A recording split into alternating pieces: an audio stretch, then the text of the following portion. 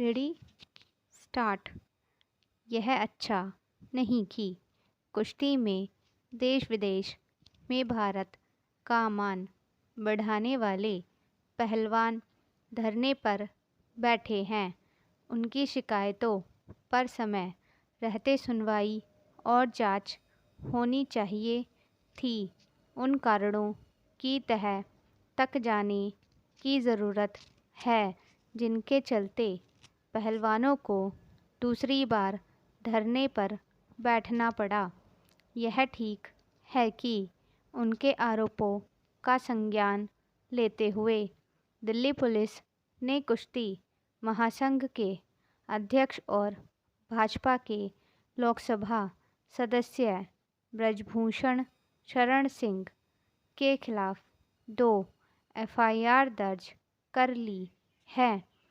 लेकिन केवल इतना ही पर्याप्त नहीं है। दिल्ली पुलिस को एफआईआर दर्ज करने के बाद उन पर लगाए जा रहे आरोपों की गहनता से जांच भी करनी चाहिए। यह जांच केवल निर्शीर ढंग से होनी ही नहीं चाहिए बल्कि होते हुए दिखनी भी चाहिए। लेकिन यह भी ठीक नहीं कि धरना दे रहे पहलवान दिल्ली पुलिस पर अविश्वास जता रहे हैं। वे यह भी कह रहे हैं कि ब्रजभूषण शरण सिंह की गिरफ्तारी भी होनी चाहिए।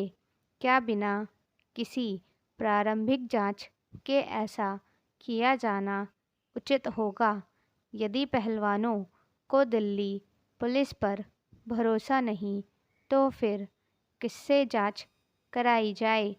इससे इनकार नहीं कि पहलवानों के आरोपों की जांच होनी चाहिए और उन्हें न्याय मिलना चाहिए और वह भी प्राथमिकता के आधार पर। लेकिन इसका यह मतलब नहीं कि जांच और कार्रवाई उनकी शर्तों के हिसाब से हो। ध्यान रहे कि यह मामला सुप्रीम कोर्ट के समक्ष भी पहुंच गया है। क्या यह उचित नहीं होगा कि सुप्रीम कोर्ट पर भरोसा रखा जाए? चूँकि अभी मामला आरोपों तक सीमित है, इसलिए न तो इस नतीजे पर पहुंचा जा सकता है कि पहलवान जो कुछ कह रहे हैं वह सब सही है और न ही यह कि ब्रजभूषण शरण सिंह ने अपनी सफाई में जो कुछ कहा उसे सही मान लिया जाए। केंद्र सरकार और विशेष रूप से खेल मंत्रालय को यह देखना चाहिए कि पहलवानों की शिकायतों का समाधान हो। इसी के साथ पहलवानों से भी यह अपेक्षित है कि वे अपने विरोध प्रदर्शन को राजनीति का अखाड़ा न बनने दें। जब वे पहली बार धरने पर बैठे थे तो उन्होंने किसी भी दल के नेता को अपने मंच पर फटकने नहीं दिया था। लेकिन अब उनका मंच राजनीति का अखाड़ा बन गया है। मोदी सरकार विरोधी नेता पहलवानों के मंच का इस्तेमाल अपनी राजनीति चमकाने में करने में लगे हुए हैं। हैरानी यह है कि पहलवान ऐसा होने भी दे रहे हैं। यह भी एक विडंबना ही है कि पहलवान कुश्ती महासंघ को अपने हिसाब से संचालित होते हुए देखना चाहते हैं। वे चाह रहे हैं कि उन्हें सीधे ओलंपिक में भाग लेने की सुविधा दी जाए। क्या यह नीति और नियत संगत है। यदि न्याय मांगने के नाम पर अतिरंजित मांगें रखी जाएंगी तो फिर उनका समर्थन करना मुश्किल होगा। प्रधानमंत्री ने एक बार फिर रेवड़ी संस्कृति का उल्लेख किया। इस बार उन्होंने कहा कि यदि देश को विकसित बनाना है तो रेवड़ी संस्कृति से छुटकारा पाना होगा।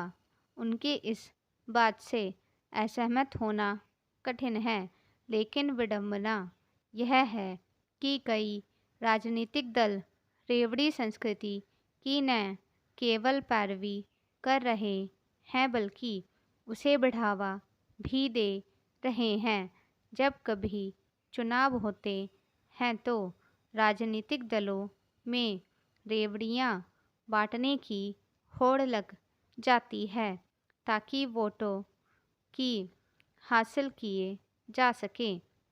हालांकि प्रधानमंत्री पिछले कुछ समय में कई बार रेवड़ी संस्कृति में होने वाली हानि के बारे में बोल चुके हैं, लेकिन विडंबना यह है कि चुनाव के अवसर पर भाजपा भी लोकलुभावन घोषणाएं करती हुई दिखती हैं।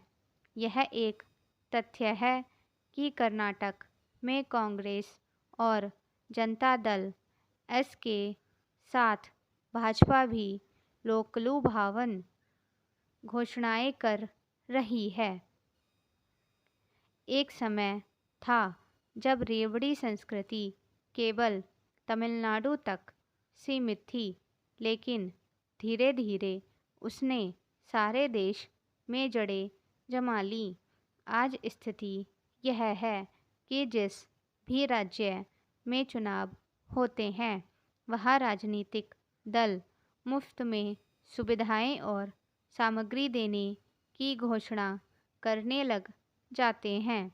चिंताजनक बात यह है कि ऐसा उन राज्यों में भी किया जाता है जिनकी आर्थिक हालत पस्त होती है।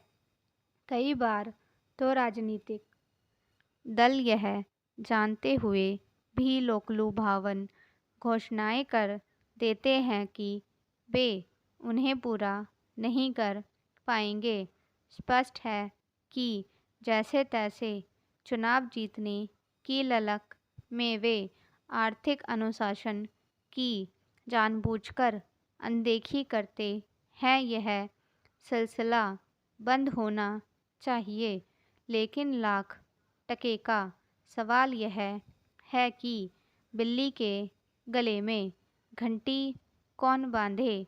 रेवड़ी संस्कृति पर तभी लगाम लग सकती है जब सभी राजनीतिक दल इस संस्कृति से होने वाले नुकसान को लेकर सतर्क होंगे और इस पर कोई आम राय कायम करेंगे कि किन योजनाओं को जन कल्याण के दायरे में रखा जा सकता है और किन्हें रेवड़ियों की संज्ञा दी जा सकती है। समस्या यह है कि कोई राजनीतिक दल जिस लोकलुभावन योजना को रेवड़ी संस्कृति का हिस्सा बताता है उसे अन्य राजनीतिक दल जन कल्याण या फिर सामाजिक उत्थान का कार्यक्रम करार देते हैं। यही कारण है कि जिस राजनीतिक दल के मन में जो आता है वह उसकी घोषणा कर देता है।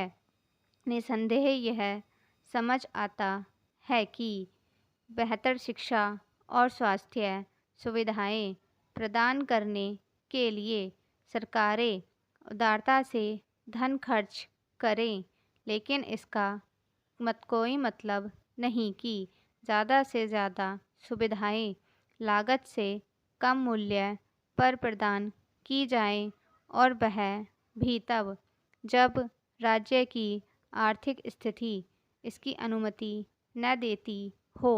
चूँकि राजनीतिक दल अपने स्तर पर रेवड़ी संस्कृति का परित्याग नहीं करने वाले।